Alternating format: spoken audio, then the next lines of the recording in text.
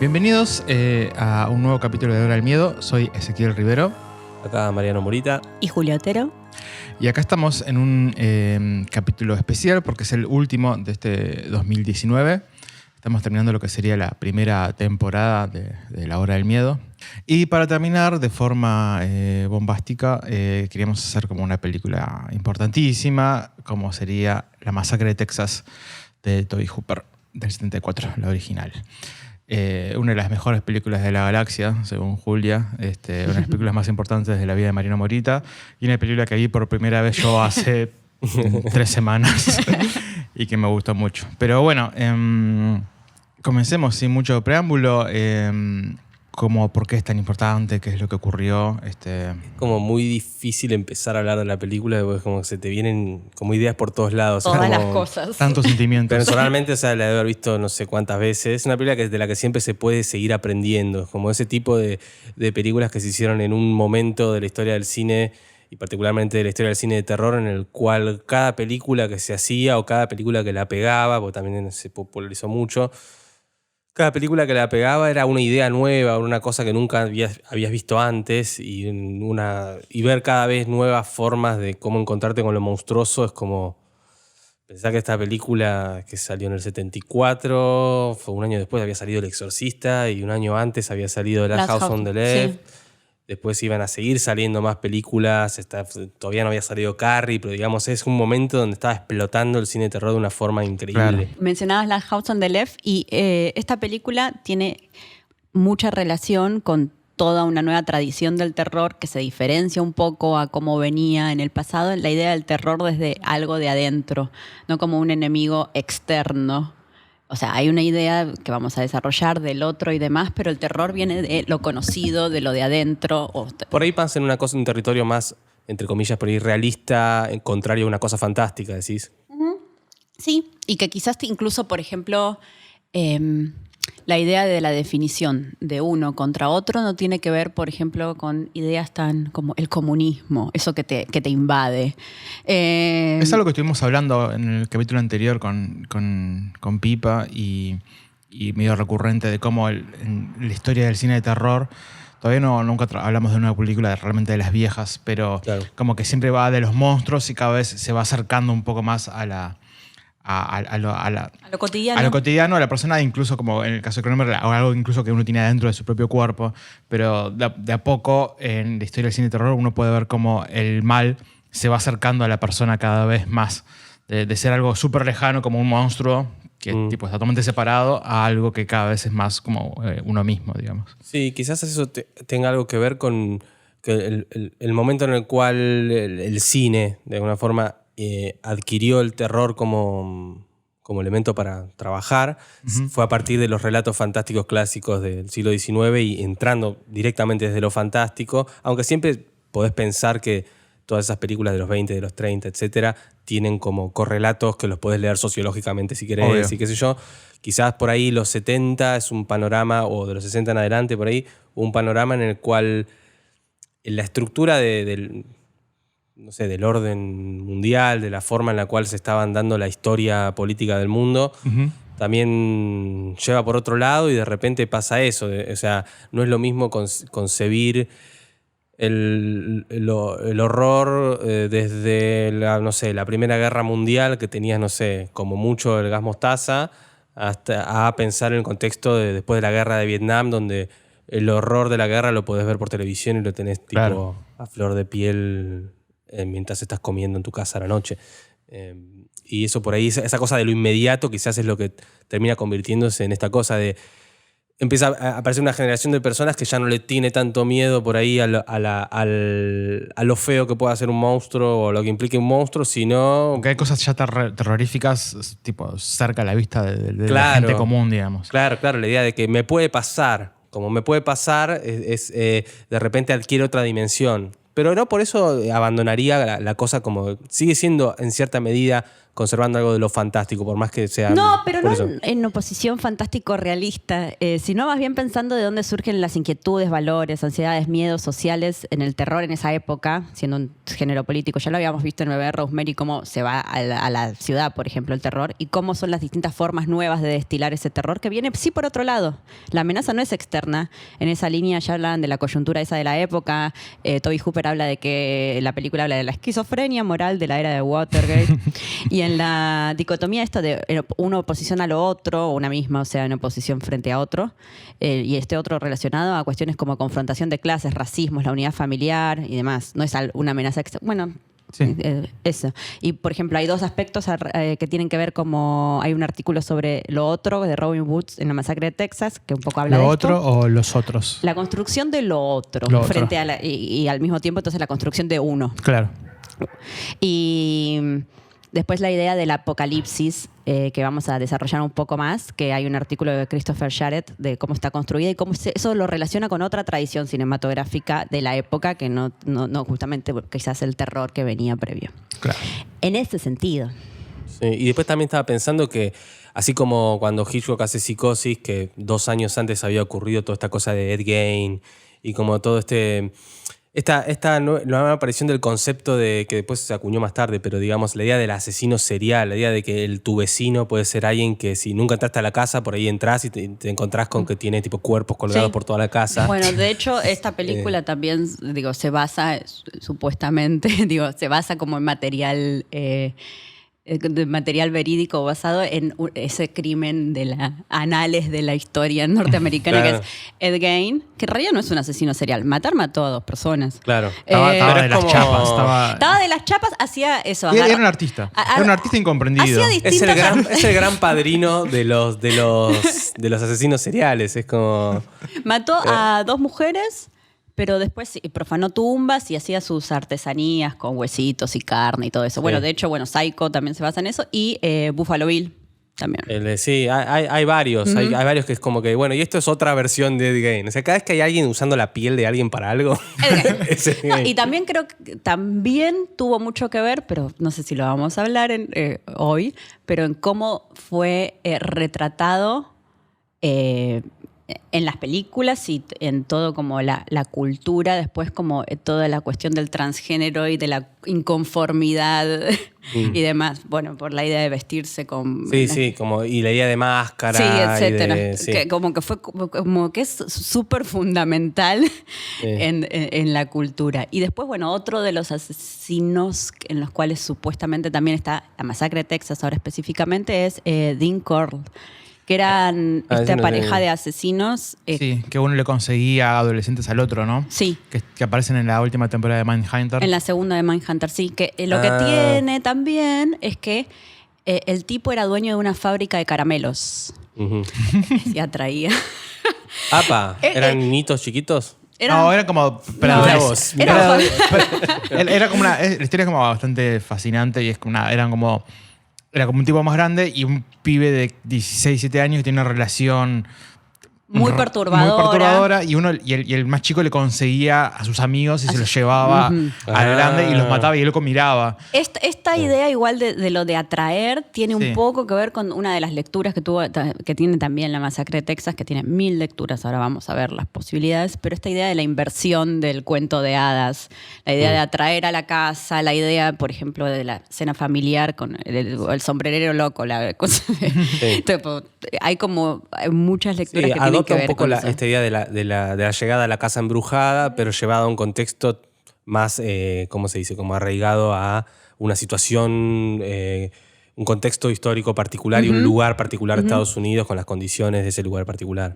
Podríamos comenzar un poco hablando de la película sobre lo primero que uno ve, que es la introducción de la película, que son los primeros... Es larga, son como 5 minutos, los primeros 5 minutos de la película, que es bastante... ¿Tanto? Sí, dura un Y rato. está en principio la placa y después tenés como la secuencia de créditos con la oscuridad. Claro, pero sí, inicialmente tiene como una voz en off y cuentan que tipo hay una voz en off contando todo lo que uno va a ver y que intentan venderlo como una historia verídica. Bueno, Como- basada en todo esto y también la idea de que es un poco lo hablamos en el capítulo de Fan Footage también, algo que no tenés que estar viendo también. Claro. La película que estás a punto de ver habla de la trágica historia de Sally y su hermano Franklin, Sí. que está en silla de ruedas. Y después Lo mitifica, le da como una cosa de y se convirtió en Digo, lo que después en los fue. anales de la historia conocido como la masacre. Masacre es como, bueno, tampoco. Claro. Tampoco mataron tanta gente. Ahora estamos muy acostumbrados a masacres. Es que automitifica el nombre de la propia Sí, sí, película. sí. Tipo, Es esto buenísimo. horrible que vas a ver, acordate que se va a llamar así. No, y también la idea de que fue percibido con todo este tinte de, bueno, por la verosimilitud y de veracidad, es muy... Yo siempre que veía la placa veía que decía, y si hubiesen vivido largas vidas, es como re poético. Sí, sí, sí, sí. Es como, entonces digo, esto no es documental. No, pero es ese punto donde, independientemente de que sea esta cosa de la fidelidad a la historia real, digo, yo creo que no necesitamos ni siquiera confirmar si fuese real o no, porque es el tono en el que te lo presenta. Te lo presenta, te predispone a la película de una forma en la cual vas a tener una relación con los fenómenos de la película mucho más cercana a la sensación de realidad que con otras Claro. películas, solo por decirte eso, digamos, ¿no? Igual creo que atrás de toda esta película está todo este mito de la película. Ya desde el principio es la masacre de Texas. Claro. Y la idea de... la película no tiene mucho gore, por ejemplo. No. Y todo el mundo con la masacre de Texas vi la película más impresionante que vi en mi vida, pero vamos a hablar por qué pasa eso, pero mucha gente está muy segura de que vio algo asquerosamente gore. Sí.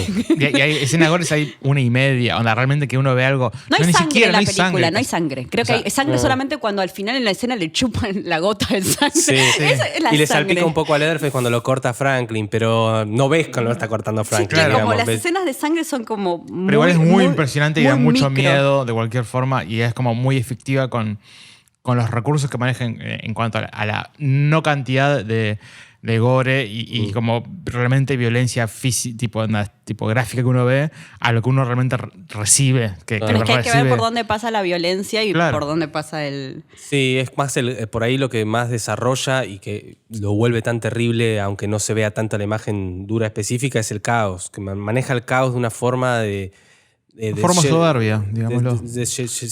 Bueno, es que ya De llevarte a un lugar donde no tenés ningún tipo de control. De todas formas, Este- desde la introducción, eso, está la placa y después ves la oscuridad y las imágenes de la fotografía con el sonido icónico.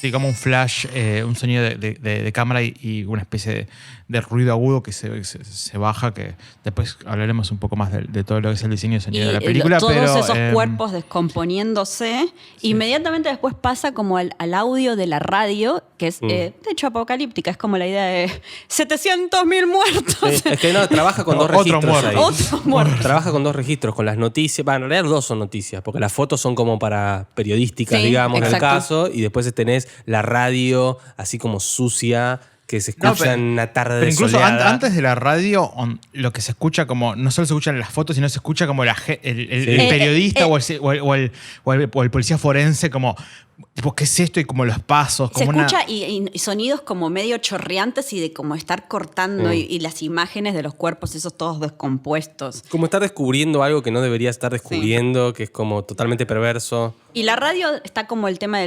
empieza con el robo de cadáveres, después habla brote de violencia, un suicidio, después inmediatamente después aparece la imagen esa de la luna, que se transforma en sol, y la imagen de la carretera. Y mientras sigue la radio Y nos con... estamos olvidando de una gran imagen, que es creo que es una de las que primero aparece, que es la cara del cadáver, que está como montado arriba de otro cadáver, arriba de No. una tumba.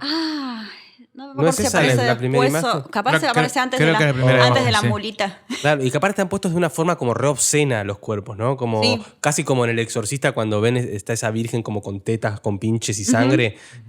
Es como una cosa así como que...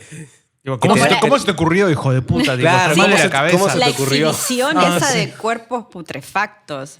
Pero bueno, lo que decía Julia, que me parece importante, es esa cuestión de que es apocalíptico. Donde muestran los flashes, las imágenes de cuerpos muertos, la radio. Este mundo es un horror, onda, está todo mal. Sí, está podrido. Sí, onda, esto es oscuridad absoluta. Y bueno, de ahí... Antes quería comentar que ahí está el documental sobre la masacre de Texas, después ponemos el link, pero comentan cómo llegaron al nombre y que tenían varios nombres para poner en la película. Y ¿cuáles eran? Eran muchas variaciones de Leatherface no sé cuánto, los asesinatos de no sé qué. Y como que cuando llegaron a la masacre de Texas, como que hubo cierta gente que dijo, tipo, nunca vi una película que se llama así. Y fue tipo, perfecto, entonces le ponemos este nombre. Y aparte, Texas tiene una presencia. Es como el tema de la película. Casi. Es muy loco que acá sea la masacre de Texas, cuando la serie La masacre de la motosierra de Texas. Claro. Y el otro nombre en español es El loco de la motosierra, que es hermosísimo. No sé qué tantas películas en ese momento habían mostrado la idea, es que como este lugar tan común, el tropo del ¿cómo se dice? Roadkill. Lo que está muerto en la carretera como premonición de todo lo malo que va a pasar. Ah, sí. Hay también una asociación al esto del roadkill, digamos. La idea de que el white trash, el pobre norteamericano blanco, es alguien que se alimenta de roadkill. Que es el que junta a los que pisan los autos y se come cualquier tipo de animalito que haya. Y por eso es una persona malnutrida y con problemas mentales. Claro, arranca con una mulita muerta, tipo atropellada, y luego la cámara se mueve y muestran la van donde aparecen nuestros protagonistas. Originalmente creo que querían poner un perro y muerto, y dijeron que era como muy terrible porque era como un animal muy doméstico y te da como mucha impresión. Después también encontraron un caballo muerto en la calle y dijeron tipo... Y lo querían usar, pero era un asco. Era un asco y era como muy horrible. Entonces fueron con la mulita, que es horrible, pero es una mulita. No, y como... la mulita fue como una... Sigue siendo la idea, como animal del desierto también. El que hace toda la dirección de arte, Robert Burns, que también hizo la de Aullidos, la de Hills Have Eyes, la de Reanimator, preparó la mulita, la preparó y se la llevó como desde donde no sé qué que vivía, y era, esto va a ser el símbolo de toda la película. Claro. Es que un poco con esta mulita. Es de las primeras cosas que ves. Te da un poco, te senta las bases del lugar en donde estás, porque eso es Texas, es la mulita ahí tirada. Más allá que después veamos todos estos personajes que aparecen, pero digamos, es eso y después de ahí se corre. En ese asfalto sudoroso y ese sol que te cae de arriba. Con el vapor así, ¿cómo se llama cuando ves como las ondas del calor? No sé si tiene un nombre. Seguro en alemán tiene. En alemán tiene una palabra para definirlo. No, pero lo que decía con el animal muerto es que justamente cuando ahí de repente pasamos a que... Creo que no sé si la misma toma o por cambio de foco o lo que sea, que pasa la van, donde tenemos a los personajes principales de la película, ahí ya te está marcando que esa van más asociada con ellos ahí adentro, aparte, asociada como al hippismo, este tipo de personajes que no están tan asociados a todo este mapa tejano del calor y del sol. No, de hecho, capaz la referencia a una de las iniciales a la astrología, como que te hace ver que estas personas habitan como un mundo distinto, una experiencia cultural distinta. Pasan estos pibes en la van, ¿y qué están en la van? Son unos pibes, igual unos pibes creo que hablando lo de primero que astrología. se ve igual, que a mí me parece fantástico, es la van parando y poniendo la escalerita para que Frankie haga pis. Sí. Y que después pasa un auto, se lo lleva y él se empieza a quejar y te muestran como todo el conflicto entre ellos. Sí, ahí ya un poco te marcan un poco lo que se va a dar entre, bueno, está ella, que es la hermana de Franklin. Ella es Sally Franklin, y que el pase de un camión, el vientito ese, es como, hay como una debilidad que ya te muestran en el chabón, que se cae y que encima se cae de una forma que es como que te da un poco de cosas, como que pobre chabón, se está cayendo, qué sé yo, lo único que quería era hacer pis y termina todo meado, tirado en el piso. Sí, pero también inmediatamente te muestran eso. Se cae y él se frustra, se enoja. No quiere que lo ayuden. No quieren que lo ayuden y ves como todo desde su punto de vista y entendés inmediatamente un conflicto de lo que está viviendo esa persona. Sí, claramente ahí en esa van, digamos, tenés... no me acuerdo si son dos parejas y Franklin. Entonces es como Franklin es como el que está de más y que encima tiene esta tensión como de que todos querían que él venga porque todos quieren ser buenos con él, pero era obvio que no le iba a terminar pasando bien. Eso después se va a ver en una escena más adelante, pero se arma un mundito adentro de la van. En el que están de golpe hablando de astrología, ahí sí, cuando empiezan. Y ahí están hablando de astrología y hay una marcación ahí a una cierta cosa que viene como de los 60 y de como de una... Por ahí un movimiento que empezó siendo como una cosa contestataria, contracultural, qué sé yo, y que de repente es como a ver en la revista del domingo que me tocó en el horóscopo, como que se nota este como aburguesamiento de esta clase social insertos en el lugar donde está la mulita, que es este lugar donde todo está podrido, quemado y atropellado y borracho, Y sucio. escuchamos con la calor. radio antes, que está todo mal, básicamente. Claro. También lo de la astrología, en el momento hablan como de la irrupción de la era de Sagitario, de la negatividad en el mundo y demás. Tiene quizás que ver con este momento también de el fin de la era de Acuario, el hipismo, y de que todo eso ya fue como absorbido y putrefacto desde la misma concepción cultural de...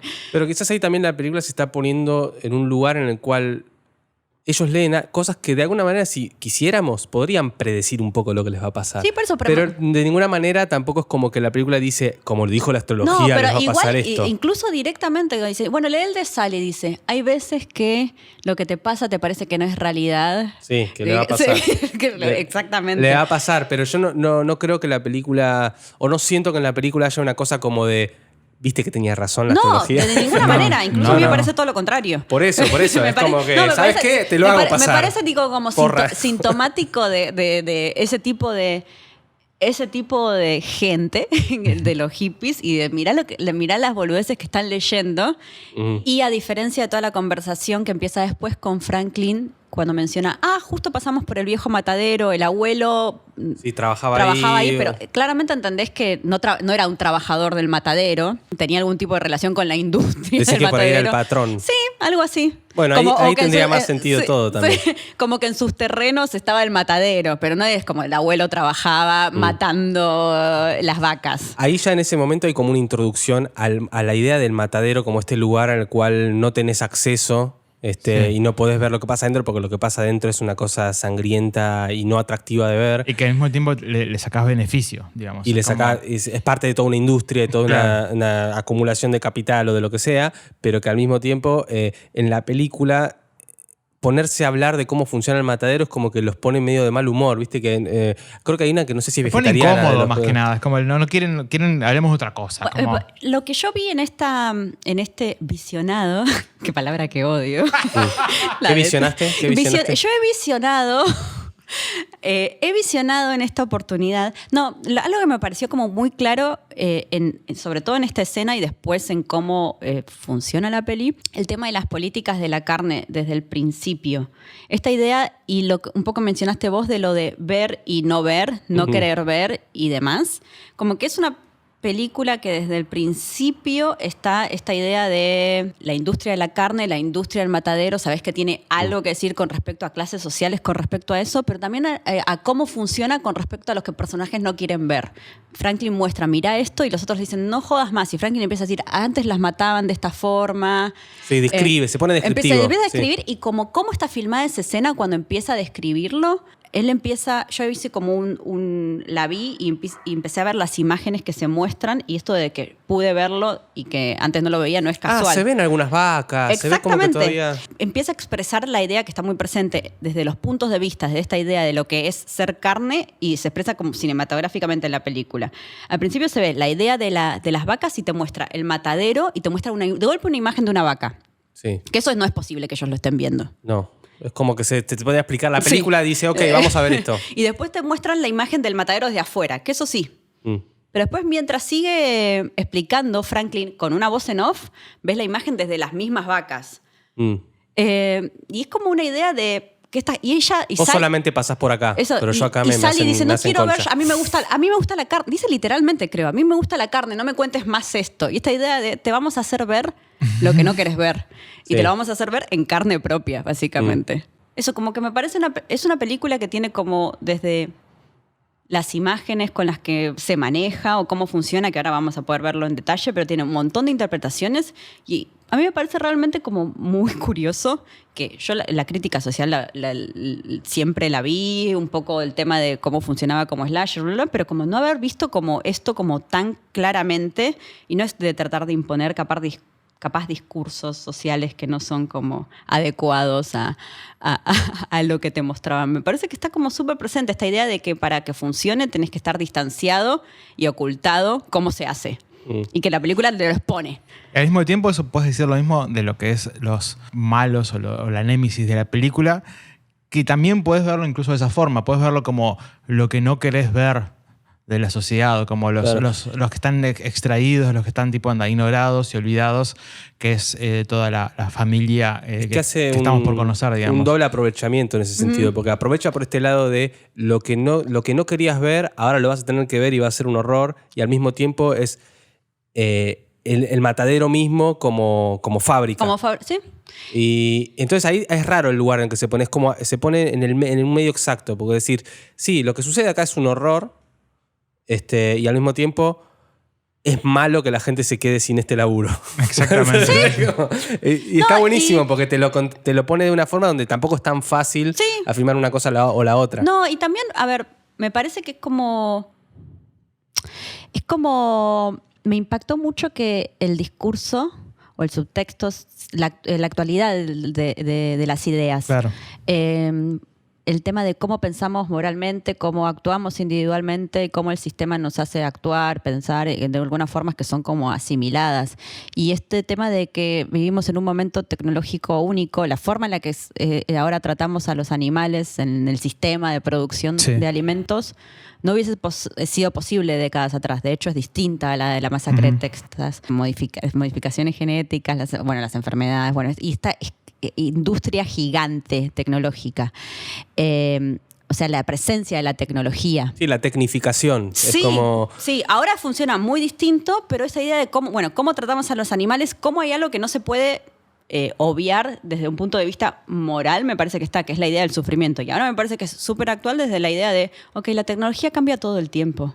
O sea, la masacre de Texas no habla de cómo ahora pasan estas cosas, pero sin embargo es como el mismo tipo de discurso. Sí, no habla solo de decir está mal matar animales, fíjate vos lo que haces. Es la idea de esta cosa colectiva, de cómo funciona y cómo la tecnología no funciona para un lado en que beneficia a nadie. Sí, es que también esa es una cosa universal pensar en la idea de el avance técnico de las cosas siempre en detrimento de toda la cosa que tiene que ver más con las tradiciones. Bueno, en este caso hay un núcleo familiar, sí. como toda una cosa de eso, como que el avance destruye como lo anterior, destruye el oficio, destruye la artesanía, y que todo eso son como sectores que de repente van quedando cada vez más atrás. No, y hay algo y una posición que me parece re interesante también es la del cocinero que vamos a ver. El cocinero para mí es uno de los personajes más tétricos, que vamos a ver algunas escenas, pero es la idea de ver y no querer ver, hacer y no querer hacer. No encuentro placer en matar. No encuentro placer en matar. O sea, cuando están en la gasolinería, vamos a ver que le dice, le pega mientras la agarra, pero encuentra placer, y después en la cena le dice, no, yo soy solo el cocinero, no tengo nada que ver con esto. Es como una posición política. Cuando ya vos sos el ganado, hay alguien diciendo, yo no tengo nada que ver con esto, yo solo cocino. Claro, yo solo te voy a cocinar no sé, después de que ellos te maten. Pero esto me parece mal, además. Pero se va. Y ella literalmente le dice, vos podés hacer algo. Es lo único consentido que dice. Además, igual es rarísimo porque ella ahí, no sé, nos estamos adelantando un poco, pero digo, ella ahí todavía no te diste cuenta que son todos amigos entre ellos. Pero como que lo ves con cierta racionalidad al tipo. A mí me resulta perturbador ese personaje porque lo ves con cierta racionalidad. Es la persona que te dice está todo bien y al mismo tiempo te pega. Como posición política es Macri diciendo no te vamos a sacar nada que vos tengas. Y al mismo tiempo es como, por favor. Bueno, pero cerrando un poco el tema de la industria de la carne y de las políticas de la carne, hay Rob Ager creo que tiene un video sobre los derechos de los animales en relación con la masacre de Texas, que justamente muestran esta idea del punto de vista y cómo se ponen a los humanos, como vamos a ver en el lugar de los animales. Los pobres humanitos. A los humanos, que ya vamos a ver. Y una nota de Guardian sobre un poco que la masacre de Texas también como dice una película pro vegetarianismo. De hecho, Toby Hooper decía que se había hecho vegetariano en el medio del rodaje. ¿En serio? Y también Guillermo del Toro, ¿no? Siempre dijo que después de verla, sí. Me acuerdo que nuestro amigo Darío, al que invitamos la otra vez, se hizo vegetariano, ahora ya no es vegetariano, pero se hizo vegetariano con una película de Fassbinder, que es toda en un matadero y es como un horror espantoso. No sabía. Sí. último comentario. Stephen King, en Danza Macabra, en un capítulo sobre el texto y subtexto en las películas de terror norteamericanas nuevas, habla de la masacre de Texas como la epítome de la película, que dice que defendería en cualquier corte, así como en corte de juicio, como artística, y habla de como la capacidad de crear subtextos. Esto iba a que esta es una de las posibles líneas, pero en esta idea de cómo relaciona la película lo real y lo irreal. Y un poco en la potencia de la imaginería que tiene. Imaginería, no sé si es la palabra, es como una traducción fea. Es imaginary. Bueno, pero el análisis, por ejemplo, de las imágenes que hacíamos al principio. Y eso es como de una... parece tan aparentemente simple la película y tan cruda y es tan potente en muchos sentidos que es como que bueno, vamos a continuar analizando. En fin, el grupo de jóvenes está en la van y ahora va a tener los 3 encuentros con los 3 personajes que van a representar el mal en la película, que son escalonados y después forman la familia. Entonces, están en la van y ¿qué pasa? Y aparece una persona haciendo dedo en la ruta. Una persona muy simpática. Una persona muy simpática que incluso cuando lo ven, dicen, medio ¿qué como onda? que, ¿qué onda este? Lo dejamos entrar, como que no tiene un buen aspecto. Y claro, porque este muchacho que sube a la van tiene como la imagen predilecta como de eso, como del white trash norteamericano, este tipo flaco con una Tiene cara una cosa extraña. media también Charles Manson, ¿no? Como... Sí, como... No se dice explícitamente en la película, y creo que no, que en la 2, que es una de las pocas que sigue la continuidad de la saga, de golpe aparece un personaje que había estado supuestamente en Vietnam en el momento en que habían pasado tipo todos estos acontecimientos de la 1, que es Chop Chop. Ahí no me acuerdo tanto. Bien, pero también tiene que ver con un personaje que no tiene las mismas vivencias, un personaje joven que no tiene la misma vivencia de este grupo de jóvenes para nada. Tienen la misma edad que ellos, Sí. podemos pensar, claro, sí, sí. Pero vivió otras cosas. Y nada, entra a la van y es todo muy incómodo. Sí, yo hasta de todas las veces que visioné la película, lo que nunca logro de definir, de asir completamente, es bien qué pasa ahí, porque es como que hace un ritual medio extraño con esto de le saca una foto, prende fuego la foto, se corta al mismo, lo corta al otro. Hay como toda una serie de cosas que son rarísimas y que por ahí es difícil después vincularlas con todo lo que viene después. El quiebre que pasa es que como el conflicto que están ahí y como que no se llevan bien, es como incómodo, no quieren que esté más ahí en la van. Y creo como que el quiebre es cuando saca una foto y quiere vendérselas, ¿no? Sí, se las quiere vender y ahí como que no, flaco, te pasaste. No, y además después están re ofendidos porque les quiso vender la foto. En un momento dicen, y nos quiso vender la foto como... Sí, pero antes de eso hay como un pequeño momento donde hay una pequeña unión entre Franklin y él. Bueno, porque juntos Franklin- hablan del tema del matadero. Franklin, ahora podemos hablar de lleno de Franklin, pero también esta idea de que Franklin es medio como una unión entre ambos clanes en algún sentido. Tiene una representación distinta de un paralelismo que vamos a ver capaz con Leatherface y su lugar entre los dos clanes, pero también vemos en esa escena un intercambio en el que él, desde el principio que estaba hablando del matadero con real interés, le empieza a preguntar con curiosidad. Claro. Y como empáticamente, muy empáticamente, a diferencia del resto. Claro. A diferencia del resto de los de las van. Quizás sea por el lugar que ocupa Sí, en esa van, exacto. en ese grupo, digamos. Es el outsider, básicamente. Claro. Y bueno, y después de eso, bueno, está toda esta cuestión de, bueno, no sé si es por el enojo, porque no le compraron la foto, qué sé yo, viene donde se corta a él. Que es muy horrible. Y después cuando lo corta al otro, digamos. Sí. Le corta. Y esa idea de cortar, viste que después Franklin se queda como muy prendido de eso. ¿Vos serías capaz de hacer eso? ¿Vos sos capaz de cortarte? ¿Quién es capaz de Sí. cortarse a sí mismo? Como intentando entender y comprender Sí. a Sí, la sí, persona. sí. Y- Ese- No, único pero que hace ese y también ejercicio la idea también de que también es como de lo que hace diferente a los otros, que es Sí. como tan poco entendible para el resto. Realmente está tratando de entender cómo es eso, cómo puede esta persona estar cortándose a sí mismo, qué es eso que está pasando. Sí, sí. El pibe digamos, el pibe el que hace dedo. El que hace dedo, de alguna forma los descoloca. Claro. Llega para descolocarlos y decir, sembrar la idea de, bueno, acá hay algo turbio. Lo terminan Y echando al final. Lo terminan echando en una secuencia muy extraña donde por alguna razón termina fuera de la camioneta ahí corriendo Y les marca la... Y tiene la mano ensangrentada. De hecho, estoy pensando que Franklin, en ese momento, que el hitchhiker hace... Y después Franklin, cuando está frustrado en la casa, también hace toda la idea de frustración. No, pero es como esa cosa como infantil y rara y medio como... nadie lo hace. Sí, no, claro. Es que eso para mí es algo que...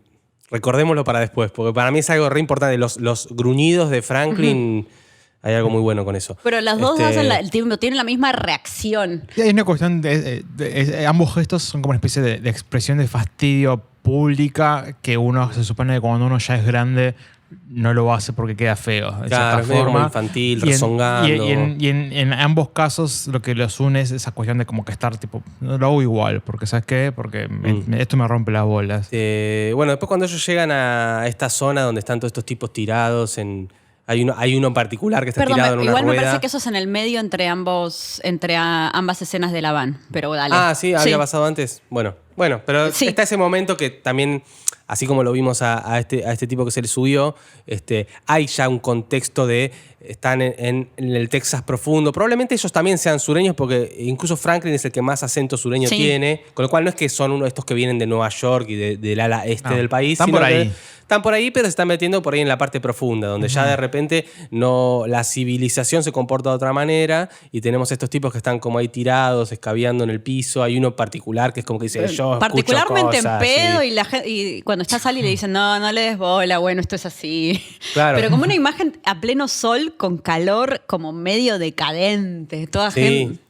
Bueno, el sol, la imagen del sol en la película es como... Toda la película te da calor, onda, la ves en agosto y te refresca un cacho, así es como que te da abrigo, porque hay como sentís el sudor y el olor también. Y la van como horno todo el tiempo. Y Franklin diciendo, ay, hace mucho calor, con la camisa esa azul que tiene que le da mucho calor. Todos sudados, o sea, además imagínate cómo hicieron esa escena, o sea, en esa habían... Ellos 5 más, no sé, ¿quién de la crew debe haber estado ahí metido de todo el equipo? Sí, tipo cagándose de calor con mínimo 3-4 personas más. O sea. Bueno, y estábamos hablando de...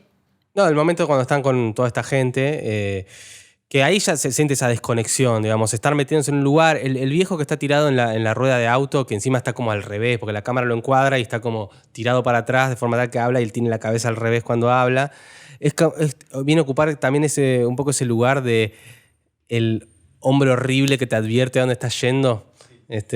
Casi como que te diga, no cumple ese lugar, porque en este caso sería por ahí otro personaje, pero... El de la gasolinería que te dice. Pero en The Hills Have Eyes está el que te manda al lugar donde después te vas a morir. El de la cabaña, el de la gasolinería en Cabin in the Woods, que es como la referencia al tropo también, como de... Claro, sí. Para ahí no sé qué. Ahí está como citado específicamente.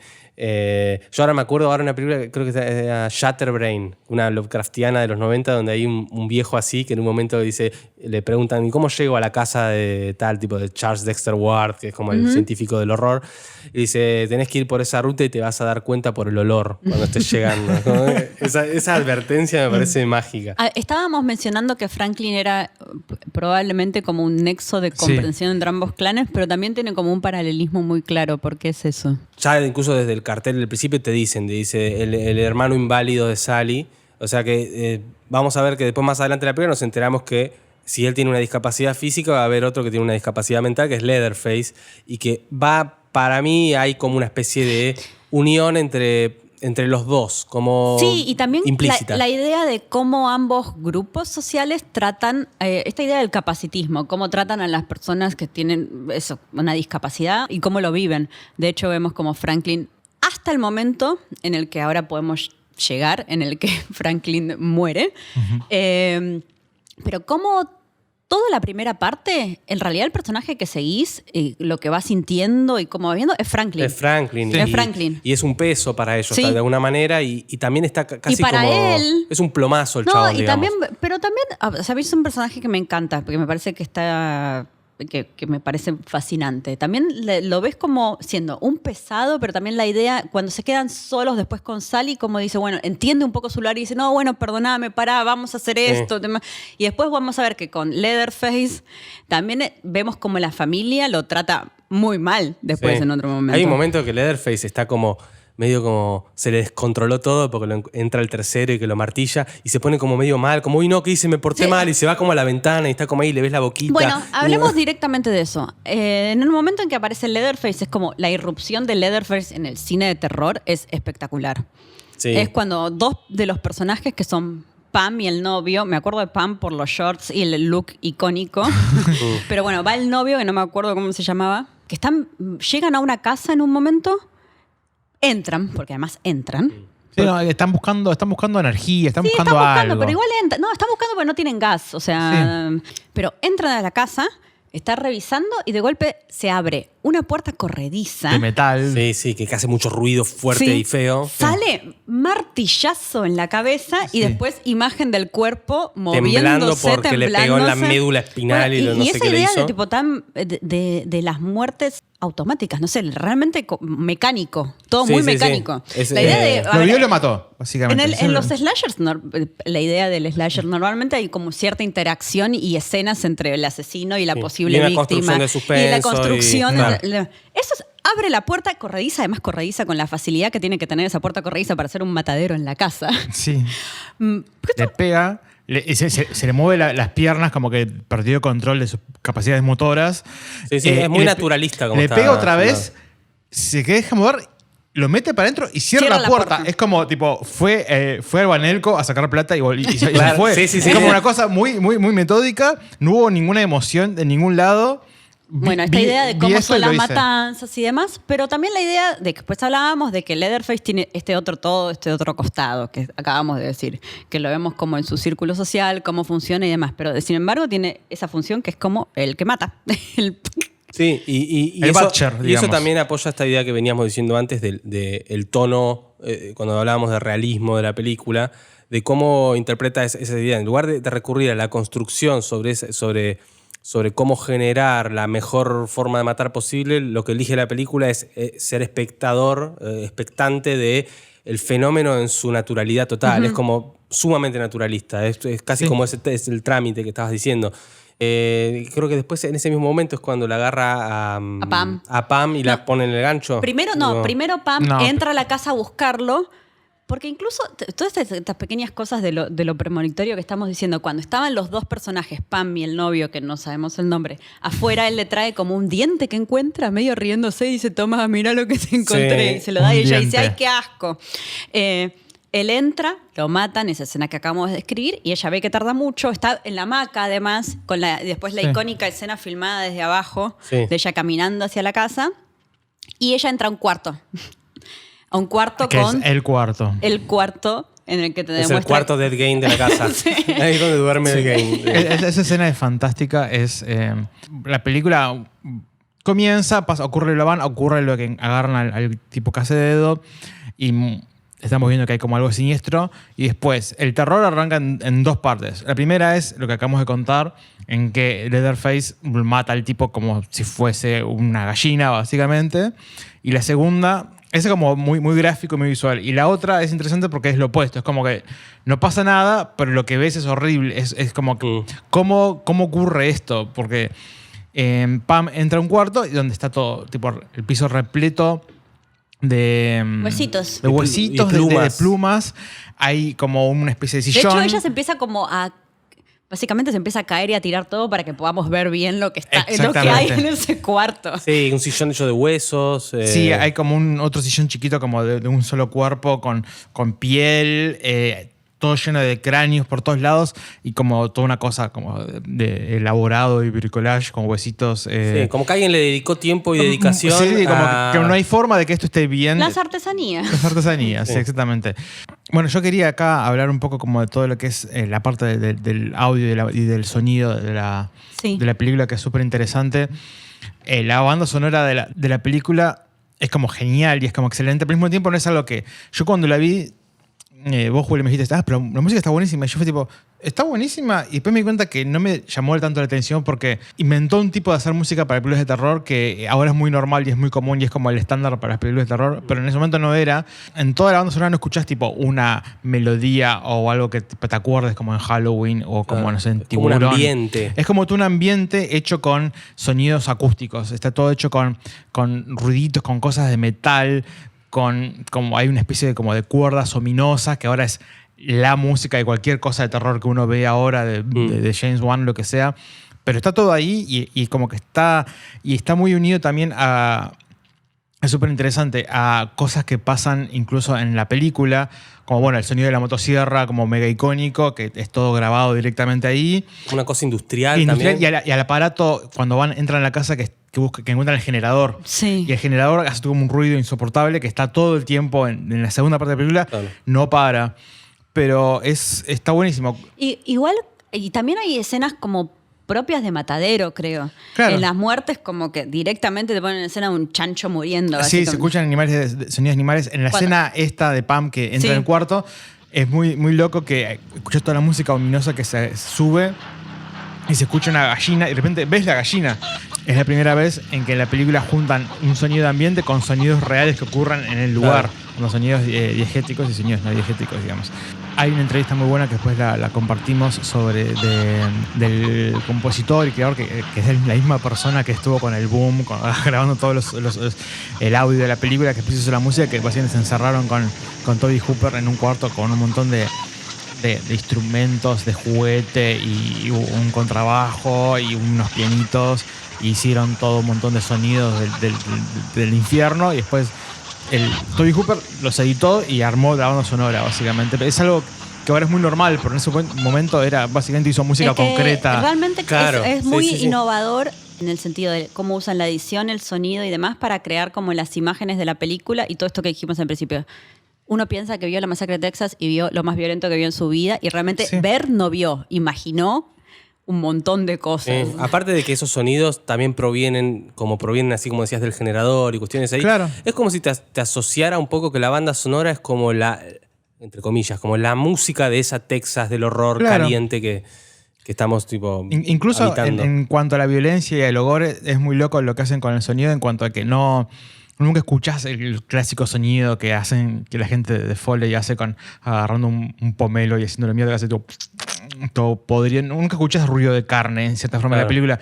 Escuchás la motosierra y ves la sangre salpicando y tu cerebro llena el resto. Pero igual pensaba, o sea, dijimos el paralelismo de... No, hablamos de Franklin como punto de vista en el principio de la película y después cambia, vamos a ver que Sally. También paralelismo con Psicosis en ese sentido, los puntos de vista y de cómo editan la idea del sonido y las muertes y la edición y cómo te causa la impresión de lo que no está viendo. Sí, de alguna manera como que a partir del momento que vemos a Leatherface por primera vez y vemos cómo mata, y vemos todo esto que vimos, se revela un poco cómo es la casa, es como si fuese que la película ya entra en un estado durante un ratito, vamos a estar inmersos en otro tipo de película que ya no es tanto el camino de llegada de ellos, sino como, bueno, ya sabemos a quién le tenemos que temer y de repente se genera esta cosa como del suspense, porque después va el tercero que va a la casa y después la idea de que ellos no lo encuentran y lo quieren encontrar. Ya el otro entrando a la casa sabiendo que ya vimos cómo matan estos. Claro. Hay como que todo un momento donde por ahí lo más parecido a lo que es un slasher se va a dar en esa parte media de la película. Claro, y después está el momento que haría como tipo, si dividimos la película en dos partes, es el quiebre absoluto, que es cuando... Literalmente a Franklin lo parte al medio una motosierra. Pobre Franklin, muy repentino. Y ahí empiezan... Me acuerdo, empieza la masacre de Texas. Empieza la No, masacre. en realidad no empieza la masacre, empieza la persecución, porque la masacre fue antes, Igual mataron a toda la gente antes. La primera vez que vi eso me rompió el cerebro, básicamente. Vos venías con toda la historia, la narrativa y lo veías a Franklin y de golpe lo ves siendo partido por una motosierra y empiezan los gritos de Marilyn Burns que no paran. Que no paran, es Que no larguísima. paran. No, ahí empieza el caos. Ahí empieza el caos. Caos. Ahí empieza el caos, viene la icónica persecución larguísima de Leatherface a Sally, que va por todos lados en la oscuridad, pidiendo ayuda, nadie la ayuda, qué sé yo, hasta que llega a la gasolinería donde está este tipo, que después nos enteramos que era uno de ellos y la mete en una bolsa de papas. Sí, no pasa antes, igual que entra a la casa directamente, sube la escalera. Sube la escalera. ¿Encuentra al abuelo? Sí, la abuela. Al abuelo. Y a la abuela muerta. Pero el abuelo está vivo. Bueno, la abuela muerta tiene que ver con... No, pero no sabemos en ese momento. Claro. Es como medio... Es raro ese abuelo, después vamos a hablar. Pero es un abuelo muy raro. En ese momento, esa es la única escena en la que se ve la abuela que está muerta. Sí. El abuelo no está muerto. El abuelo no. Pero no. Igual lo zarandea un poco al Lo abuelo. zarandea, no, pero igual horror, porque dice, ok, acá está todo mal, no lo entiendo, pero voy a seguir gritando. Y se tira por una ventana. Lo que tiene Marilyn Burns en esa película... Es muy impresionante, se hace mierda. No, pero como... ¿Vieron que es como una de las supuestas Final Girls históricas, que uno entienda la relación de esta película con el slasher, pero no tanto? O sea, no tiene ninguna de los ingredientes. Es que no es un slasher. No lo es. Está mucho más ligado con otras tradiciones, pero también la idea de que si querés encontrar un punto que tiene Marilyn Burns, esta es la idea de sobreviviente a cualquier... la idea de que tiene que vivir, tengo que vivir. Y es muy impresionante, pero es solo lo que tiene. Bueno, y vamos a ver igual en qué se diferencia y cómo termina, pero sube y lo que hace después es tirarse por una ventana. Sí, es como... Y se hace verga. Me tengo que salir de acá. Sí. Es una gran atravesadora de ventanas. Pero bueno, en el libro de Clover, Hombres, Mujeres y Motosierras, que es donde se acuña el término Final Girl. De hecho, es como el aporte del libro. Habla de un montón de otras cosas más, pero es lo que quedó. En el prefacio dice, bueno, me conocen solo por esto, qué fiaca. Bueno, el personaje de Sally justamente se la menciona como sobreviviente torturada, no como héroe, pensando en Sally como una Final Girl. Está dentro del canon en ese sentido. Es como una subcategoría de Final Girl. Sí, con algunos rasgos, claro. Pero no tiene todos los rasgos. O sea, sí, porque nunca está tipo atacando a nadie, es como que solo corre. Corre, no hay como... También, sí, obviamente, está esa parte... Y también en ese sentido no está la identificación entre el monstruo y la heroína. Primero no luce como una heroína. Después, como ya hablamos de que al principio en toda la película hay mucha identificación con Franklin. O al menos ella no es la protagonista con la cual nos identificamos. Tampoco es la víctima. Claro, exacto. Es como que de golpe empieza la situación en la película en la que es víctima, pero no es algo que narrativamente seguís. Y principalmente... se focaliza en esta idea de sobreviviente durante toda la escena Sally. Las ganas de vivir en toda la escena. Bueno, eso que dijimos. Pero es muy impresionante. A mí siempre me impresiona mucho lo de Sally porque es como que tiene una performance como súper potente sin tener mucho desarrollo como personaje. No. Igual desarrollo que el resto de los personajes, incluso menos. Pero nada, estás ahí y estás adentro de su vida con lo que es esa pesadilla literal que está viviendo, en la cual... tengo que salir de acá y tengo que estar viva. Vivir. Yo 1000 veces pensaba, yo me mato, me tiro ahí, no hago nada. No entiendo toda esta voluntad, todo esto. Sí. Ya fue, martillame la cabeza, me muero acá. Claro, no sé. No, pero igual viva, no me importa la nada. Enajenación, la locura y el estado en el que entra. El momento donde por ahí se queda más claro el caos, por ahí es cuando una vez que ya la metió en la bolsa de papas y la lleva y le va pegando en la bolsa. No, ¿viste? hablemos entonces... Se escapa de la casa, se tira por la ventana, primera tirada por la ventana, y llega corriendo de vuelta a la estación de gas. Gasolinería, no sé, estos términos que usamos en este podcast. La estación de gas. Nunca en la vida dijimos gasolinería, excepto estación en el de servicio. La estación de servicio llega Trancu y le dice, por favor, ayúdame. Mira la carne y ni siquiera lo entiende en ese momento. Y deja la puerta abierta él también. Él deja la puerta abierta y da mucha impresión esa escena, mucho miedo. Sabes que algo está mal. Y ella está mirando la carne, pero ni siquiera te unen las dos cosas. No. Es como que el chabón está haciendo ahí un asadito, chimenea, unas salchichas, una carne. Pero después llega él con una bolsa de papas, no sé de qué, y venite, acércate, te voy a meter en una bolsa. Eso es lo que decía que era tan perturbador. Esta como dualidad de ese personaje entre que te está hablando muy bien y al mismo tiempo te hace todo el mal, pero al mismo tiempo te habla bien. O sea, en ese momento necesitas que alguien con cierta racionalidad de que entiende lo que está haciendo y entiende lo que tiene que hacer para que vos lo hagas. Es que ese es uno de los puntos que tiene esta película, que es que aún en medio de todo este caos infernal hay un orden que ellos tienen, que eso me parece que es clave. Hay un punto que a mí me encanta de la película, que es que una vez que él la mete en la bolsa y la mete en el auto y la tiene ahí, él se olvidó de que tenía que apagar la luz de la estación y vuelve y es tipo, no, tenía que apagar la luz, esto nos puede cualquier negocio puede cerrar por culpa de la factura de luz, como una cosa muy real y muy actual. Pero nada, como que hay una racionalidad en este personaje. Y después en el momento cuando están manejando Sí, pero ahí, también eso es lo siniestro de ese personaje, porque Claro. está ahí y que es una persona creíble, eso. Es lo más parecido como es como el más sociópata quizás, como que funciona en sociedad, es como que bueno, esta persona está en crisis, le voy a ayudar, al mismo tiempo la voy a matar Claro. porque me sirve esto, es como que cero empatía en cierta forma, es como muy robótico, como que no puede entender a la también otra tiene esto persona. que te dije, como eso de, bueno, en la escena esta se ve eso de va a estar todo bien y le empieza a pegar con un palo a la bolsa. Pero después, en la cena, el tipo dice, no, yo solo cocino, yo no, con esto no me meto. Y, o sea, tiene la capacidad, pero sin embargo avala todo eso y es parte de toda esa Sí. cosa. Y eso es muy siniestro.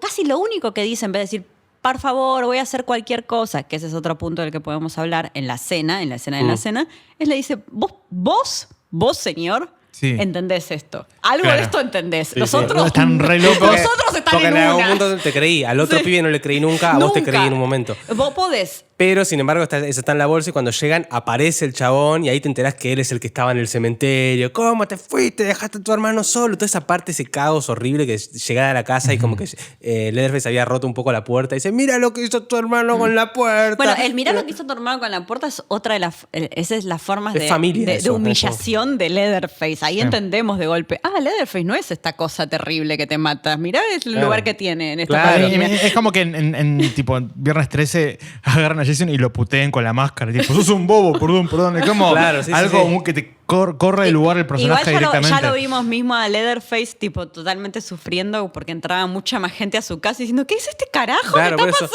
pasando? Y también la idea de que, por ahí me estoy portando mal porque tuve que matar a este y a ver, ¿habrá otro que hago? No sé, ay, tengo miedo. No, y además está teniendo como, le está pasando re mal Leatherface. O sea, él no es un cazador, él mata cosas. Por eso es como una herramienta de la Sí. familia que le dieron ese lugar. Bueno, de matarife, contamos como- cómo la familia cómo está formada, cómo es, qué tenemos. Bueno, llegan a la casa. Ella tiene como una especie de... No sé por qué tiene un blackout ella. Pues le pegó un montón Le en la pegaron. bolsa. Sí. Bien. Y se sienta en una mesa. ¿Qué pasa con la familia? ¿En qué consta esta famosa escena familiar? Y tenemos al padre, que es el que conocimos en la, ¿Es en la padre estación o de tío o servicio. hermano? Me da como que es el padre, pero por ahí no. No, Igual padre ocupa un no es, lugar pero es como un del lugar, grande. sí. Y después tenés al que ya conocimos en la van y al Leatherface, que son hermanos. Sí. Pero al mismo tiempo sabemos que ese señor horrible que estaba arriba, que parece medio muñeco, pero no, porque tiene como a una persona dentro, pero es como alguien viejo podrido, es el tiene abuelo. como un nene, un chabón de 19 años adentro. Yo no entiendo. Zelda, que habíamos hablado en el capítulo de Cementerio de Sí. Animales, también un chabón de 19 años. Agarraban chaboncitos y le ponían tipo Cosas un encima. montón de cosas encima. Pero me parece que ese viejo que no sabe si está vivo o muerto, juega un poco. La Obvio. falsedad de lo trucho de eso le da como una cosa de que, aparte que le chupa el dedo y todo eso, ¿no? Pero Una familia de Dráculas, ahí se como arma. decía Franklin. claro, se ordena ahí, me parece que viene un punto re importante de la película y que puentea con una cosa que no mencionamos, que es la escena cuando llegan a la casa ellos, que él no puede subir la escalera y todos se olvidan de él, de Franklin. Sí. Y él ahí rezonga y dice como, no sé qué. Que es que hay, a pesar de todo el caos, me parece que lo inteligente de Hooper ahí es pensar, voy a hacer un infierno de caos, pero te voy a mostrar que en este infierno de caos prevalece un orden. Un orden que quizás los modernos, perdieron. Claro. Y ese orden se expresa incluso de forma violenta, digo, cuando la escena como del tipo con el palo diciendo, ahora anda a buscar al abuelo porque no sé qué, y vos anda a la cocina porque hay que preparar la comida y no sé qué. Todo ese momento está originado alrededor de que puede haber una mesa familiar donde todos la familia se va a sentar a comer. juntos y buscan al abuelo y lo buscan al abuelo con cariño. en Con cierta forma. cariño, lo ayudan a bajar las escaleras, y eso es lo clave Lo para mí. ayudan a bajar las escaleras, no así como Franklin se quedó haciendo Claro. abajo de las escaleras, pero sin embargo también esa escena Es como lo el que tiene... tercer inválido, digamos. La tercera persona con discapacidad es el abuelo, que está muy viejo y no puede moverse solo. Sí. Pero mantiene, a diferencia de las otras dos personas con discapacidad, el abuelo mantiene como el valor social que tiene ese rol patriarcal Y todos de la creen persona que él es adulto el y todos mejor, creen sí. y él es el mejor y puede matar, mirá cómo mata, bla. Sí, de forma artesanal y Sí, eficiente. eficiente. Pero también, a ver, toda esa escena claramente es lo que decís, es una teatralización de los valores familiares, tipo, puesta en escena. Y también te hace entender como un poco lo... Está bien, cómo perduran, ellos lo tienen, pero también lo horroroso de eso. Sí, se convierten en la parodia de una familia. Bueno, la también, máscara de una familia también. Es como... O la realidad de una familia también, de esta forma. Porque puede ser que hay las algo familias familiar reales ahí, sí. sean una máscara y esto es como, bueno, mira, ¿querés ver una familia? Es esto. Hay Sí. un pintor ¿vieron Norman Rockwell, creo que se llama? Que hace todas pinturas Sí. familiares, pero Sí. medio como con humor. Bueno, debería... Que tiene una estética muy de los 50. Sí, eso, muy, como sí. esta idea de la familia, pero con pequeñas cuestiones como satíricas. Es como, esta idea es la masacre en Texas Claro, en ese es momento. la parodia de esa familia o la máscara de esa familia. Sí. Porque hasta incluso hay momentos donde Pero a es Sally... funcional en ese sentido. Pero viste que Leatherface se pone la máscara del novio de ella y se le acerca como, mirame. Eso es algo que creo que Rob Zombie es lo que más le gusta en la vida.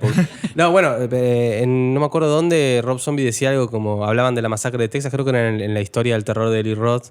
Y cuando llegaba la parte que hablaban de la masacre de Texas, estaba Rob Zombie hablando con, creo que era Greg Nicotero y Eli Roth, y decía como, bueno, la masacre de Texas es la película donde a mí me gustaría vivir.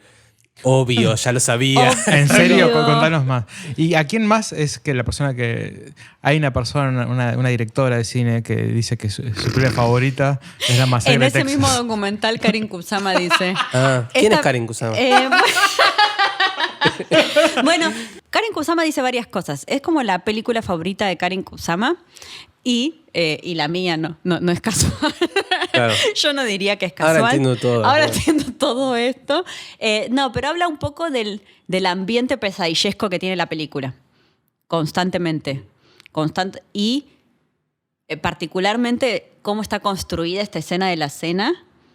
Desde de golpe que se vuelve hasta como abstracta, de golpe filmando los planos de los ojos y demás. Que eso con Y la se idea... desconecta completamente de la realidad. De la realidad. De golpe, como que esa es como cuando Sally pierde totalmente la cordura y esta idea de objetivación y la idea de esto de los ojos con sangre y vista como si fuese una cosa enajenada.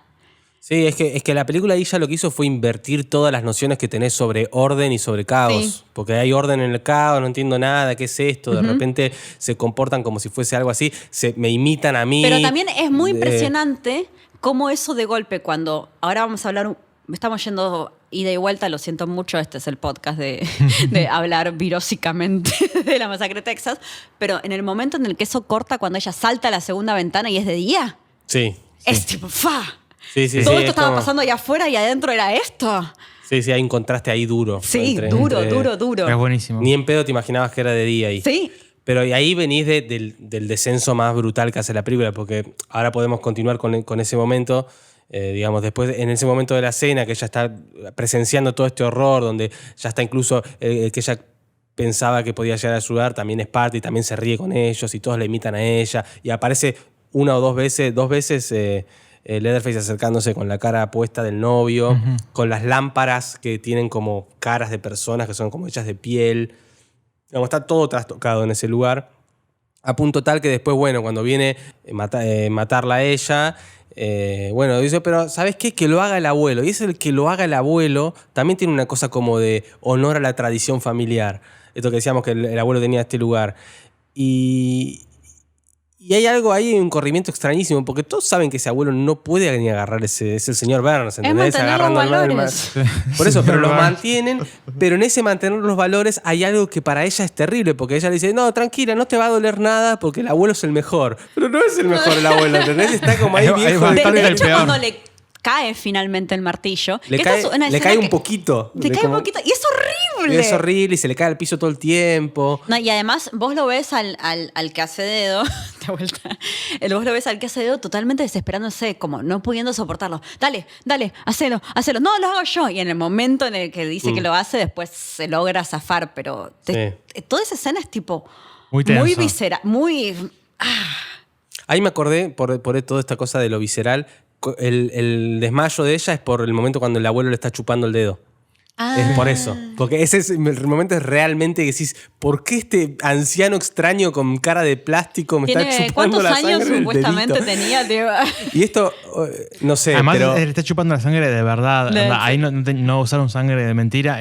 Le cortaron el dedo a la actriz y le está chupando el dedo. Es como muy jodido. Y lo tremendo es que esto es un podcast, no podemos ver lo que voy a hacer con las manos, pero el viejo cuando está chupando la sangre hace como que está disfrutando con las manitos de lo que está chupando, como chupando además, sangre del dedito. Y además también es perturbador en el sentido en que pensás, ok, esta gente está loca, está trayendo algo muerto abajo y de golpe eso estaba vivo de verdad. Sí.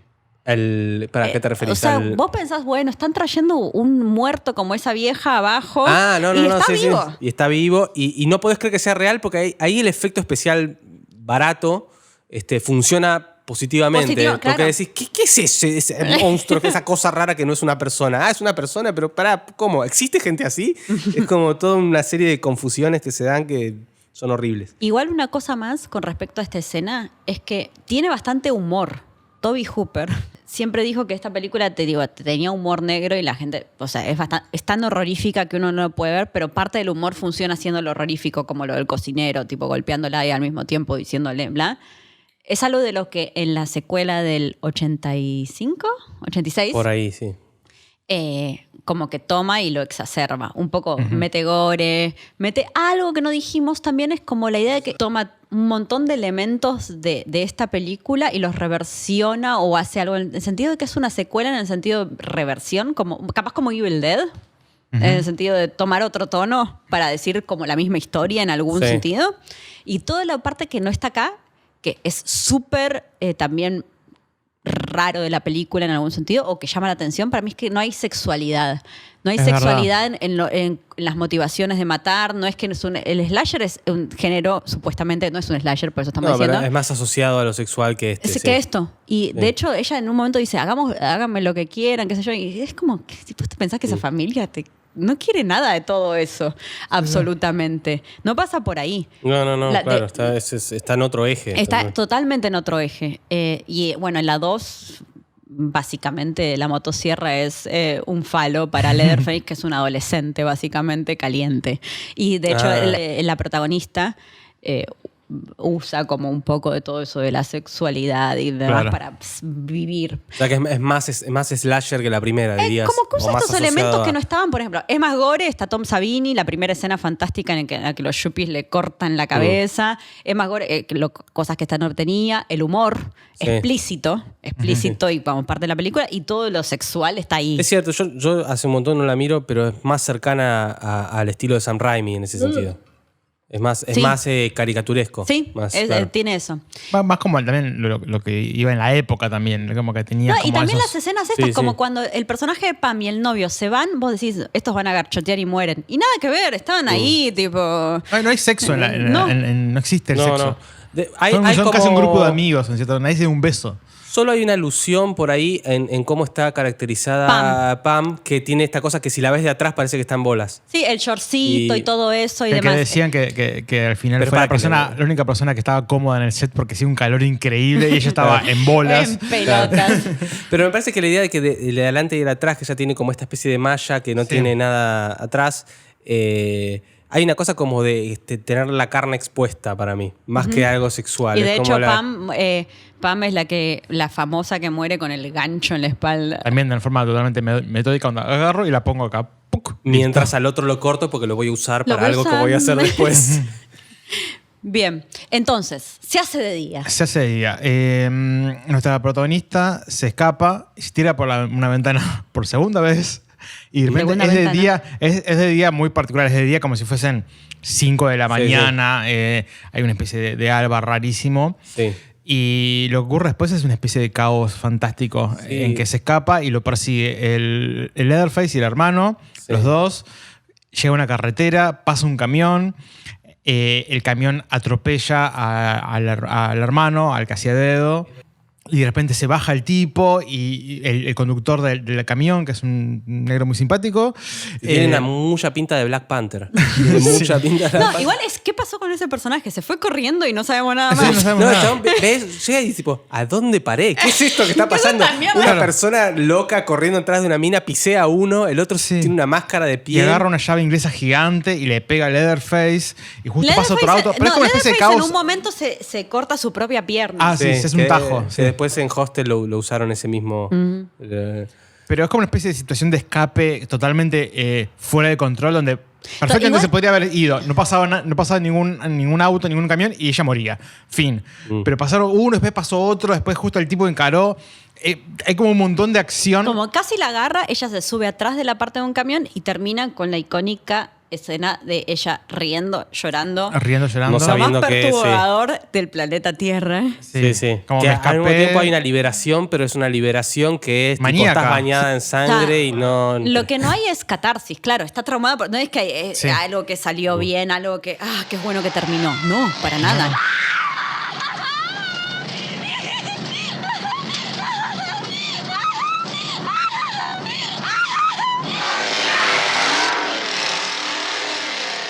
Bueno, esta escena parece que la tuvieron que refilmar, Sí. como que la habían filmado y todos se fueron a su casa diciendo, terminamos estos 32 días de grabación de mierda, todos con calor. El tipo que hace de Leatherface ganar tuvo el mismo traje durante los 32 días en el 40. Uy, el olor que había dentro de esa todo el mundo máscara. decía que olía, que era desagradable de estar.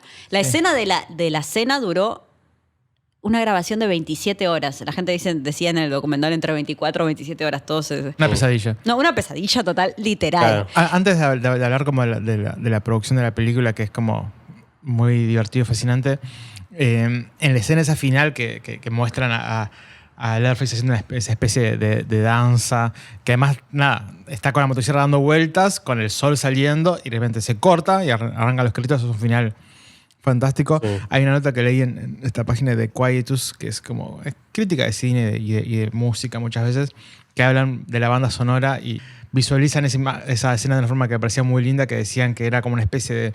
que se podía ver a Leatherface como una especie de director de orquesta con un batón, tipo anda manejando una orquesta, o mejor dicho, como una especie de adolescente tocando un solo de guitarra solo en su casa, tipo anda, tipo llorando porque nadie lo puede comprender, digamos, y me pareció como muy Y lindo. aparte después de ahí corta también a los sonidos estos más... es como que pasa de esta cosa súper arriba Sí. y corta y después pantalla negra, créditos y... No, la cosa abrupta y de no clausura y de eso de pesadilla y de que sigue. Claro. Pues saliste de casualidad, es muy impresionante. Y bueno, lo que decías de Leatherface, a mí siempre me llamó la atención la percepción popular de Leatherface como este personaje, el loco en la motosierra, como masculino y demás, porque vimos que en esta película no es tan así. No, es como como una un especie de icono de sujeto un raro. asesino.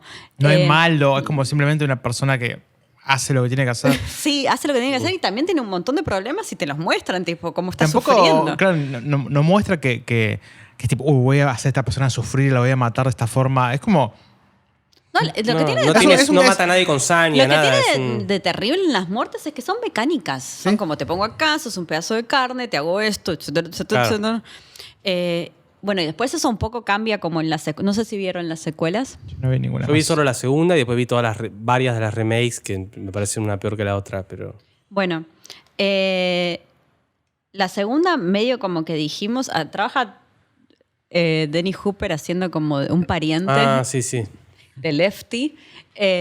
Y es un poco un delirio. Está buena, está buenísima, pero es esa reversión en otro tono Yo tengo una de la historia misma. con esa película que cuando la vi estaba enfermo, me había comido creo que me había comido una torta que estaba en mal estado y estaba muy mal de la panza y estaba en ese momento de lucha interna en el cual no querés vomitar pero sabés que eventualmente va a ocurrir. Ah, qué buen momento para ver una Para ver película. la masacre de Texas. Estaba viendo la masacre de Texas 2, que es así toda roja y asquerosa, ¿viste? Y en un momento me dieron ganas de vomitar y vomité. O sea que puedo decir que es la única película que vomité viendo. Es muy interesante como el cambio de tono que hace y cómo eso, agarra los pequeños como lugares de la película y los reversiona de vuelta. La 3 es bastante curioso. La gente odió la 2, creo, cuando la vio. o sea, no era lo que esperaba de la película, con todas estas expectativas y la peor película de la historia. Y la 3 como que quiere retomar un tono serio y hace como una especie de slasher formulaico. La dirige este Jeff Burr, que hace varias de las Puppet Master y demás. Y medio que parece como que contractualmente quizás tenían que hacer una 3. Sí. Y cuenta este director en un video que vi, que dijo, qué bueno que bueno, conseguí el trabajo, voy a hacer la 3. Los guiones eran medio una mierda, pero bueno, iban a ver cómo hacerlo. Conseguí el trabajo, dijo, voy a ir al cine a festejar, listo. Y va al cine y ve el teaser de la masacre de Texas 3, que era como una tipa tirando una motosierra y Leatherface agarrándola, y dijo, ok, entonces esto va a ser la peor experiencia de mi vida. Es algo que ya tiene un teaser en proceso, claro. Y que me acaban de contratar. O sea, alguien hizo un teaser de una película que todavía no existía. Sí, o sea, fantástico. Y parece que eso pasaba, porque Martes 13 creo que existió porque primero hicieron un póster. Y bueno, y la 4 es toda una historia aparte. ¿Alguien vio la 4? No, pero es la de Matthew McConaughey, ¿no? Sí, es la del 94, que se llamaba El retorno de la masacre de Texas. Me gusta porque no es que vuelve Leatherface, sino que vuelve una masacre personificada, vuelve. El retorno del concepto.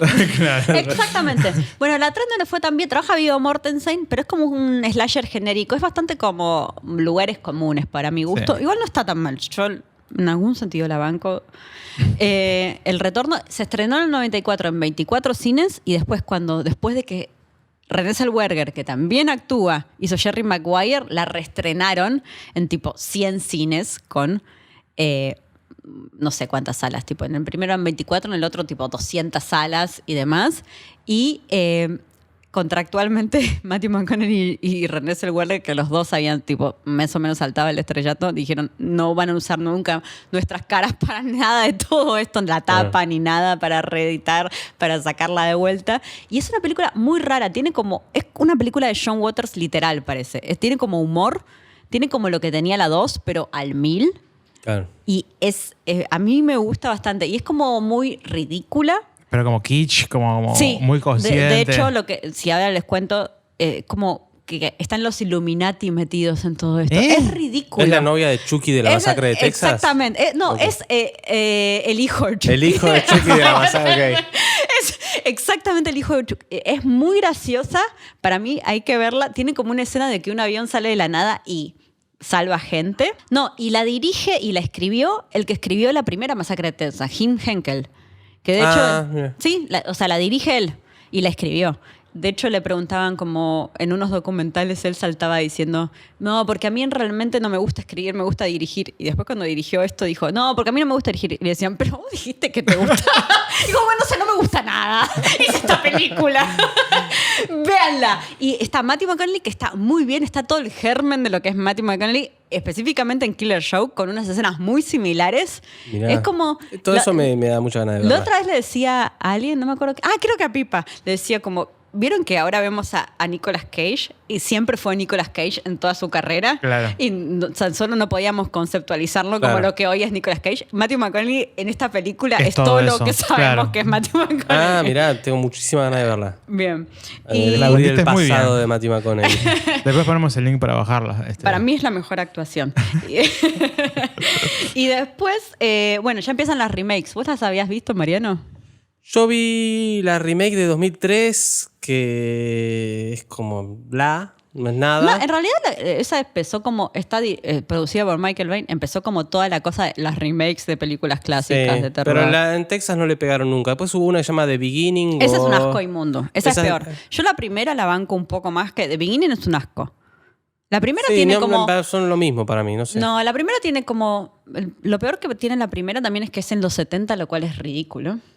Y están tipo Jessica Biel, los 70 y todos actores de esa época en los 70. Y la otra también, en Vietnam. Es que unos que se están escapando de ir a Vietnam. En la remake van a un recital de Lynyrd Skynyrd. Sí, y en la otra se están yendo en la van porque los dos pibes no quieren ir a Vietnam. Y es como, ¿por qué? Bueno, pero la primera es muy gracioso de ver ahora. No pasó, o sea, pasaron, ¿cuántos años? 16 años, 17 años. Y es muy película post-2001, esto que decíamos en el otro capítulo del Torture Porn. La idea de esta estética y de todo cómo funciona con los... es como, de golpe la ves y ves es muy loco todo igual eso. Ahora estar viendo estas películas. ¿Qué vimos el otro día de ese año? 2000 poco, que nos llamó mucha atención el descenso. El descenso. Como que recién Amo el ahora descenso. podemos empezar a darnos cuenta de que las películas del 2000 pico se veían de una forma. Sí, bueno, Alta Tensión también se ve un poco Sí. así. Alta tensión también, tal cual. totalmente. Alta Que es como tensión. medio, hay una cuestión media como de abuso de los filtros de color, como que Sí, bueno, todo, la primera Juego del Miedo también. todo medio Y en saturado. la primera, y en Sí. esta de la remake, volvieron a agarrar al director de fotografía de la primera, que después se hizo muy famoso, hizo todos ¿sí? los videos de, no sé, entre Jay-Z y Mariah Carey, todo el mundo, Britney Spears, absolutamente todo el mundo. Lo agarraron para esta y un par de las remakes de esa época, tipo Viernes 13. ¿Sabes de quién más es? Esto lo averigué para vos, Mariano. Director de fotografía de The ¿Quién? Boy. Ahora me encanta. Ahora me encanta como esa película. La voy a visionar. ¿Vas a visionar The Boy? Se estrena la 2. Hay una 2, sí, tengo muchas ganas de verla. No, y después hay otras más que son ya más Está The perfil- Beginning, después está Sí, 3D, que es 3D. la continuidad de la saga es como cualquier cosa. Pero hay más, hay Sí, tipo 3 más. ¿o no? Hablábamos en Chucky hablábamos de que es la única saga que tiene una continuidad y cohesión hasta Sí. que hicieron el reboot, ponele, pero Sí. que igual no importa porque está fuera del canon. No, pero el resto de las sagas son como Se raras, desarman. pero esta es particularmente rara. Sí, es como una película refiere a la otra, por ejemplo, la 3D que vino después de la del principio. ¿Cuál de... es la que está Alexandra Daddario? ¿La 3D no es? Sí. No sé, yo vi una que está Sí, esa es la mina, 3D. y Es no me que acuerdo que nada. sigue inmediatamente después de la masacre de Texas 1, que te muestra cómo fueron a buscarlos al pueblo y los mataron y sobrevivió Leatherface. Ah, sí, algo y rarísimo. y como que así de golpe no- está no- domesticado sí, no. por Alexander. Sí, algo así, algo rarísimo. No, pero Bueno, no valen la pena ninguna de no. esas. Y después salió una en el 2017 que no... Ah, y después, en la de 2013 llegaban unos jóvenes a una casa y era como, esta es la casa de Leatherface. No sabían, habían heredado una casa a unos adolescentes. Ridículo. Ah, sí, no, totalmente ridícula. No, innecesaria. Igual la peor para mí es el inicio. Y después, bueno, está la del 2017 que no vi. No que es sé, no sabía ni Leatherface, que es Ah, otra- Leatherface solo. Sí, Sí. no, ni idea. No, esa ya no llegué. No Ya, hemos llegado, se las no debemos. hemos llegado. Yo hice un trabajo estas semanas, pero eso no llegué. Bien. Bueno, pero igual, con respecto a la película que nos compete para hoy, creo que podríamos seguir toda la noche y por ahí ya sería como regodear demasiado en la película. Creo que, no sé si a alguno le quedó alguna cosa más por decir de la película o me parece que estamos. No, creo que estamos, sí. No sé qué podríamos, no sé si quieren hablar de algo que estuvimos viendo, que estuvimos haciendo. Hagamos recomendaciones. Hagamos unas breves recomendaciones. Yo estuve viendo, igual no sé si es una recomendación realmente, pero estuve viendo al fin todo Evangelion en Netflix y la pasé muy bien y me inquietó mucho cómo mucha gente cuando era muy chica, o sea, yo a mis 13, 14 años que todo el mundo la vi, yo vi los primeros capítulos en VHS, en gallego, y es como una cosa súper siniestra y súper oscura y súper compleja y no sé, yo lo vi como medio al nivel de lo que de cuando uno era chico y veía tipo Carretera Perdida y decía, uy, qué profundo esto. Y Evangelio me pareció que estaba un poco al mismo nivel en ciertas cosas de cómo estaba escrita, cómo estaba armada. Y envejeció súper bien. Me parece que está súper bien y como es una buena introducción también al mundo de él. Yo me debo ver el final todavía. No. ¿Hasta cuándo viste más o menos vos? Y tipo de haber visto 18 capítulos. No, vi casi todo, vi como gran parte, pero... Claro, ahí después sí. La polémica de Evangelion son los últimos 2 capítulos, digamos, que nada, es como cero acción, digamos, y solamente básicamente tú un diálogo largo y no sabes bien, es como una cosa Sí, medio como abstracta. cambia de formato. Claro, incluso cambia de todo. formato, pero después también hay una película que también está en Netflix que es se llama The End of Evangelion, que sería, bueno, ¿quieren ver el final? ¿Qué es lo que pasa al final? Bueno, es esto y es un puto horror. Vi, no sé, media hora y era como súper deprimente. Medio equivalente a lo que sería lo que hizo Lynch cuando hizo la película de Twin Peaks, que es como un horror de lo Claro. que venía, como si quieren saber qué había pasado con Laura Palmer, tomate este horror. Tomate esto, sí, exactamente. Y lo otro que recomendaría yo, que también es algo que calculo que todos habrán visto, es lo que para mí fue mi película favorita de este año, que es Parasite de Bong Joon-ho. Mariano no te va a decir lo mismo. No, yo lo amo a Bong Joon-ho. A veces es Joon-ho Bong o a veces es Bong Joon-ho, Sí. depende de cómo lo leas. Lo amo a él, pero esta me decepciona un poquito. Sí, a mí me pareció hermosísima. La vimos en lo de Julia, con sus padres y todos la pasamos muy bien. Ideal para ver en familia. Sí, la verdad que sí. Es una película de familias. ¿Vos, Mariano? Yo, si quisiera traer algo en relación por ahí al tema que venimos hablando y sobre todo porque mencionamos a McConaughey, me parece que es pertinente recomendar Killer Show. Si no vieron Killer Show, no tiene que ver con la trama específica de la masacre de Texas, pero es una película que está No, y además yo hice la enraizada en ese relación mundo. Por eso. específica. Porque veníamos hablando de él. Y es una película muy turbia, muy oscura y es como una especie de regreso de William Friedkin a su costado más siniestro y horroroso. Tiene unas escenas terribles, particularmente relacionado con una pata de pollo frito en una parte.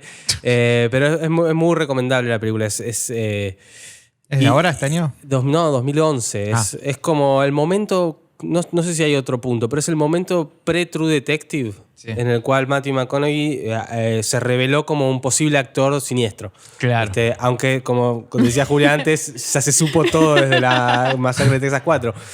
Pero toda esta cosa como de el caos absoluto, pero gobernado por un orden extraño, me parece que regresa. El espíritu de la primera masacre de Texas es algo que se ve mucho en esa película. Buenísimo. Me parece muy siniestro y terrible.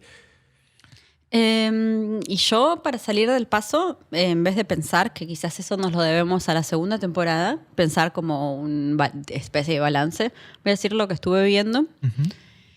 Vi Miss 45 de Abel Ferrara. La de la mina que se disfraza de monja. Yo creo que este año quizás nos debemos un capítulo, pero es el año en que empecé a ver mucho Rape and Revenge, que era algo que me producía como mucho conflicto y no me gustaba. Y es un género que aprendí a apreciar y a pensar y a ver. Esto de la violación y venganza tiene lo suyo. Ojo que igual este año salió la de Jennifer Kent, que se encuadra, intenta cuadrarse dentro. Pero la odiaste, porque todo y la porque odio, querés hablar de y que solo la quiero mencionar que la odio, es una película yo no la vi. de mierda. ¿Qué película? La de Nightingale. Nightingale, la del Babadook. La segunda película de Jennifer Kent, que es la directora del Babadook. Claro. Este es el año de las segundas películas, o sea... Midsommar. Robert Eggers. Ari Aster. De las segundas películas de la gente mala. No, para. Y estuvo Jordan Peele y, bueno, Jennifer Kent. Las segundas películas de las películas que se hablaron en este último tiempo. Sí. Bueno, no la vi, la vamos a ver. Y eso, estuve viendo mucho Rape and Revenge, pero es un capítulo que debemos en el futuro. Y después vi Hustlers, Estafadoras de Nueva York, que me encantó. Es una película de Lorenz Cafaria que me encantó, con Jennifer López y Constance Wu, que recomiendo totalmente. La amé. Pero cero adecuado a este podcast. Bueno, después podríamos hacer un especial de películas de Wall Street en el podcast. Bueno, o películas que quisieron ser Scorsese este año. No. ¿Qué le importaba? ¿Qué le importaba, señora? No, bueno, de terror. Estuve viendo vi Sweetheart de J.D. Dillard. O sea, recomendables, ¿no? Uh-huh. Braid también, de Mitzi Peroin. Y The Furies, quizás, de Tony Aquino, que están buenas. Igual, a ver, el balance del año, quizás hay un capítulo, quizás no. Podrían decir si quieren capítulo de balance del año. Es verdad. Y bueno, episodio de Navidad no vamos a tener, lo cual me duele en el alma. De hecho, solo hice este podcast para tener un episodio de Navidad. Y mira lo que te entregamos. mira lo que te da este podcast a vos. Bien. Y bueno, nada, como dijimos, este es el último capítulo de este año, de esta temporada. Volveremos en enero. Queremos dar un agradecimiento muy especial a toda la gente que participó, que no lo mencionamos en el capítulo anterior, en el Octubre de Terror, en el cual pueden verlo en nuestro Twitter, Instagram y Facebook. Invitamos a 30 personas, menos personas. No, menos personas porque algunos repitieron. Y además algunos participamos nosotros, pero invitamos a mucha gente amiga, gente invitada al podcast, gente que escucha el podcast. Gente que le gusta el terror. Gente que gusta el terror. A que nos comenten como una película, no es que es su película favorita de terror, pero una película de la cual quieran decir algo, que es importante para ellos. Así que hay como una lista bastante linda de películas con comentarios y fotos, etc. Pero bueno, muchas gracias a toda esa gente y gracias también obviamente a toda la gente que nos estuvo escuchando. Que nos comenta. Que Y nos aparte comenten. no podemos creer que haya gente que nos escuche. Sí, que Eso nos ya es como una escuche y primera que nos barrera. mande comentarios y nos encanta. Que quizás cuando nos ponemos acá a hablar, nos olvidamos, hacemos Claro. vomitamos tipo opiniones, pero es hermoso saber que alguien nos escucha y nos parece genial. Y nos encanta que nos comenten cosas y nos Buenas y observen. malas. Buenas y malas. Y nada, comenten cosas. Nosotros igual vamos a seguir escribiendo cosas en las redes sociales y comentando de estrenos o cosas nuevas que haya para descargar. Hasta incluso esto. pueden comentarnos y pedirnos películas. Eso, pedir películas que les gustaría que hiciésemos y también tener estos 15 capítulos de este año, de esta primera Exactamente. temporada de la 16. ¿16? Este es el 16. Esa. Nosotros tenemos un problema con los números. Ya ha sido comprobado. 16 capítulos de esta primera temporada. Así que bueno, están todos para escuchar, bajar en lahoradelmiedo.com, que es nuestra página web. Luego se pueden escuchar todos en Spotify, en Apple Podcast, en Google Podcast, en el agregador de podcast que usen en el celular. Está bastante cómodo para conseguir. Suscríbanse, si tienen para poner un rating, pónganos 5 estrellitas. Sí, 5 estrellas o muerte. Era uno, era cero. 5 estrellas o muerte.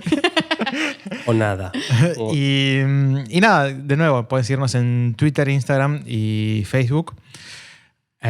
Y creo que eso ha sido todo por este 2019. Ujú. Muchas gracias. Que nos veremos pronto.